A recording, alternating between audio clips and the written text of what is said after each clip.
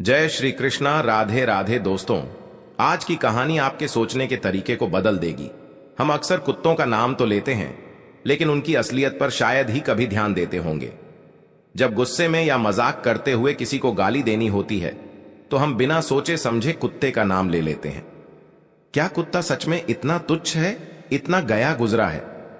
हमने कभी यह नहीं सोचा कि वह भूखा प्यासा हमारे घर के दरवाजे पर पड़ा रहता है और हम उसे अनदेखा कर देते हैं।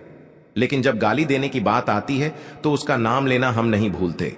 इसलिए आपसे निवेदन है कि बस कुछ मिनट निकालकर इस कहानी को ध्यान से सुनिए। शायद यह आपको सोचने पर मजबूर कर दे और आपकी सोच में एक सकारात्मक बदलाव आ जाए। नमस्कार दोस्तों, स्वागत है आपका द प्रेमानंद ज्ञान में। एक नगर में रामू नाम का व्यक्ति रहता था। एक दिन वो रामू एक महात्मा से मिलने उनके आश्रम पहुंचा। वहां उसने देखा कि महात्मा कुछ लोगों को उपदेश दे रहे थे। रामू ने महात्मा को प्रणाम किया और बोला, गुरुदेव, मेरे मन में एक सवाल है। महात्मा मुस्कुराए और बोले, बेटा संकोच मत करो, जो भी सवाल है खुलकर पूछो। रामू ने कहा, गुरुदेव, मैं जानना चाहता हूं कि कुत्ते को रोटी खिलाने से कौन से लाभ होते हैं।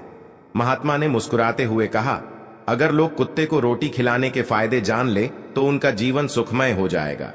कुत्ते को रोटी खिलाने से 8 बड़े लाभ होते हैं। जो इन फायदों को समझ लेता है उसे कभी दुखों का सामना नहीं करना पड़ता। महात्मा ने आगे कहा, बेटा एक कहानी सुनो।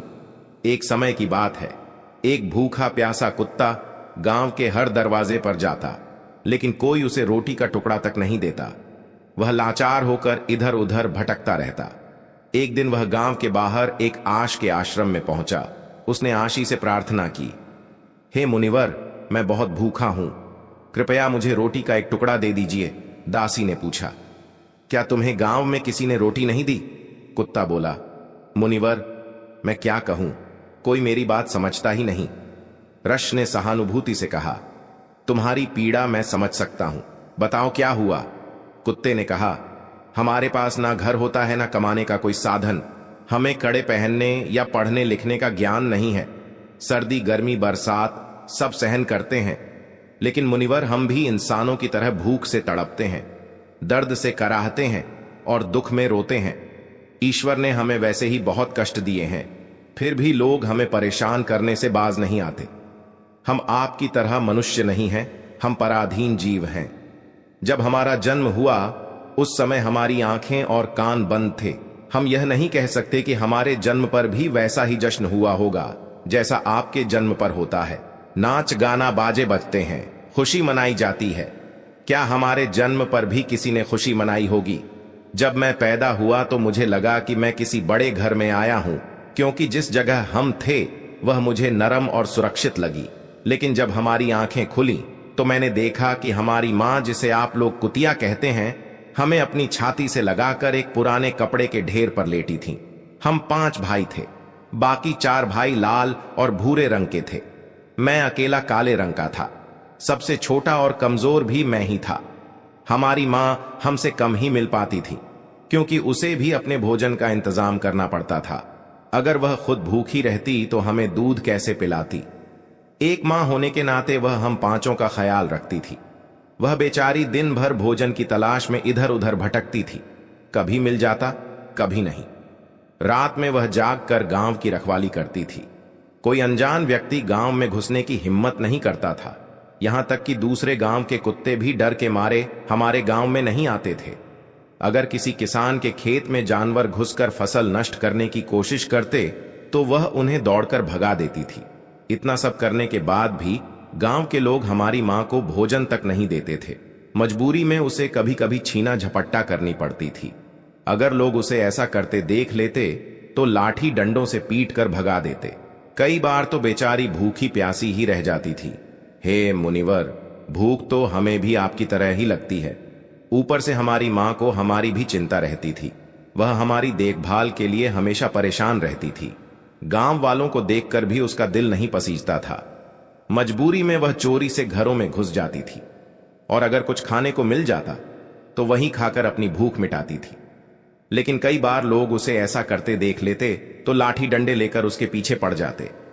कुछ निर्दय लोग तो उसे घर में बंद करके पीटते भी थे। हमारी मां का बुरा हाल कर देते थे। हे मुनिवर, हमारी मां ने किसी का क्या बिगाड़ा था। उसने सिर्फ भूख मिटाने के लिए भोजन चुराया था। चोरी करने का उसे कोई शौक नहीं था, पर पापी पेट हमें यह सब करने के लिए मजबूर कर देता है। एक दिन की बात है, बहुत जोरदार बरसात हो रही थी। ओले गिर रहे थे और ठंडी हवा चल रही थी। उस कड़ाके की ठंड में ठिठुर कर हमारे 3 भाई मर गए। उस दिन हमारी मां बहुत रोई थी, लेकिन मनुष्यों ने हमारी पीड़ा को नहीं समझा, क्योंकि उनके बच्चे थोड़े ही मरे थे। फिर वह कुत्ता कहता है, हे मुनिवर, अब हम सिर्फ 2 भाई रह गए थे। हमारी मां हम दोनों की अच्छे से देखभाल करने लगी। एक दिन उसी गांव में एक सेठ के घर दावत थी। वहां कई तरह की मिठाइयां बन रही थीं। सेठ जी के घर बहुत से मेहमान आए हुए थे। हमारी मां खाने की तलाश में बार बार वहां जाती थी, लेकिन लोग उसे दुत्कार कर भगा देते। किसी को उस पर इतना भी तरस नहीं आया कि उसे 1 रोटी ही दे दें। 1 रोटी देने से उनका क्या बिगड़ जाता। मेरी मां बार बार सेठ जी के आंगन में जाती और दूर खड़ी खड़ी देखती रहती। जब दावत शुरू हुई और भोजन परोसा जाने लगा, तो वह भी वहीं जाकर पूंछ हिलाने लगी। तभी भोजन परोसने वाला आदमी किसी काम से भीतर चला गया। मेरी मां दबे पांव रोटी लेने के लिए आगे बढ़ी, लेकिन तभी दूसरे आदमी ने उसे देख लिया और चारों ओर से लोग चिल्लाते हुए उसकी तरफ भागे। मेरी मां घबरा गई और भागने लगी, लेकिन उसे वहां से निकलने का कोई रास्ता नहीं मिला, क्योंकि सामने से लोग लाठी डंडे लेकर आ रहे थे। घबराकर मेरी मां दावत में भोजन कर रहे लोगों को लांघ कर वहां से निकल गई। हे मुनिवर, मेरी मां इतनी परेशान नहीं थी जितनी कि वहां दावत में बैठे लोग हो गए थे। वे सब उठकर खड़े हो गए और कहने लगे कि कुतिया के लांघ जाने से भोजन भ्रष्ट हो गया है। वे आपस में चर्चा करने लगे कि अब क्या किया जाए, क्योंकि खाना खराब हो गया है।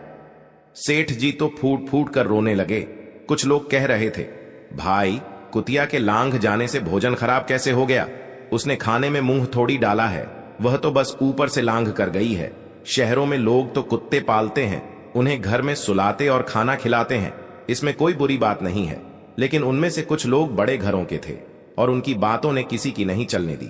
वे कहने लगे, भोजन तो भ्रष्ट हो गया है, यह अब तो खाने लायक नहीं है।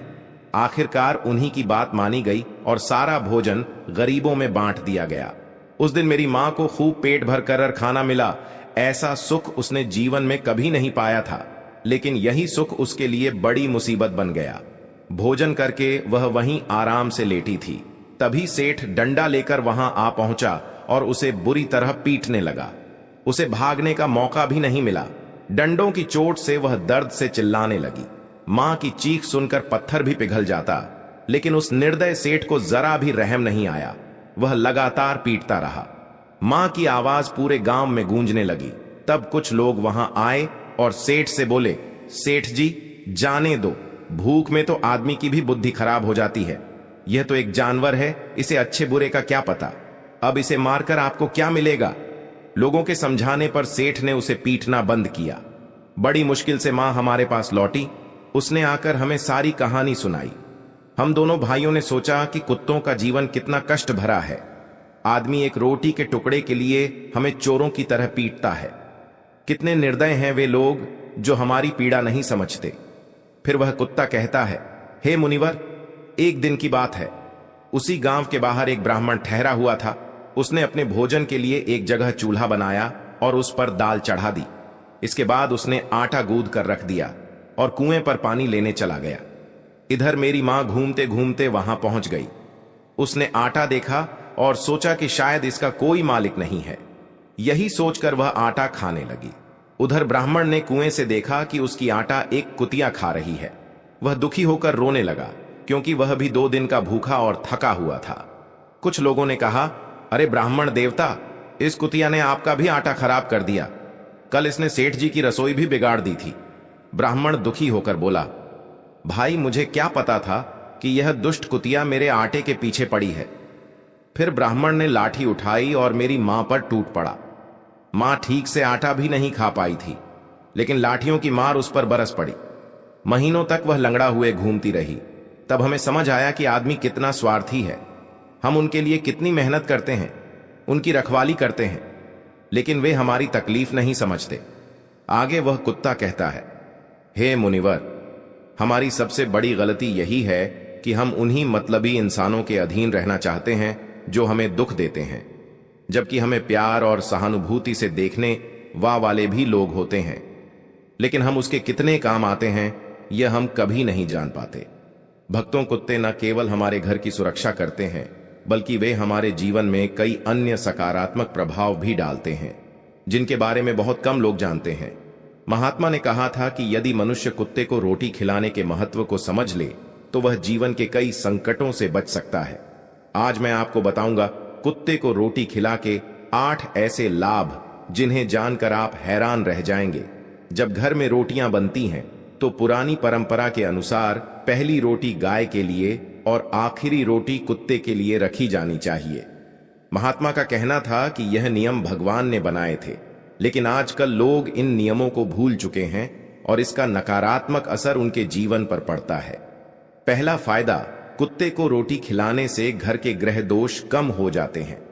महात्मा के अनुसार यदि शनि की महादशा चल रही हो तो कुत्ते को रोटी खिलाने से शनि का प्रभाव कम हो सकता है और व्यक्ति की मुश्किलें आसान हो सकती हैं। दूसरा फायदा, कुत्ते को रोटी खिलाने से आपकी किस्मत चमक सकती है और घर में नकारात्मक ऊर्जा का नाश होता है। तीसरा फायदा, यह एक ऐसा कदम है जो माता लक्ष्मी की कृपा को आकर्षित करता है और घर में कभी धन की कमी नहीं होती। चौथा फायदा, कुत्ते को रोट देने से कर्ज से मुक्ति मिल सकती है और यदि पहले से कर्ज में है तो इससे छुटकारा पाने में मदद मिल सकती है। पांचवा फायदा, जब आप कुत्ते को नियमित रूप से भोजन देते हैं तो यह आपके व्यापार में प्रगति लाता है। छठा फायदा, कुत्ते को रोटी खिलाने से आपकी आयु में वृद्धि होती है और अटका हुआ धन वापस मिल जाता है। सातवां फायदा, कुत्ते को रोटी देने से आपके स्वास्थ्य में सुधार होता है, मानसिक स्थिति भी मजबूत रहे और आप हमेशा ऊर्जावान महसूस करते हैं। आठवां फायदा, भगवान को सभी जीवों की चिंता रहती है, इसलिए जब आप कुत्ते को रोटी खिलाते हैं तो भगवान प्रसन्न होते हैं और उनके आशीर्वाद से आपका परिवार सुखी रहता है। महात्मा ने यह भी बताया कि जब कुत्ता रोता है तो इसे एक अपशकुन माना जाता है। यह किसी संकट या अनहोनी का संकेत होता है, इसलिए कुत्ते को कभी भी दुखी नहीं करना चाहिए। तो दोस्तों, आपको यह जानकारी कैसी लगी? कृपया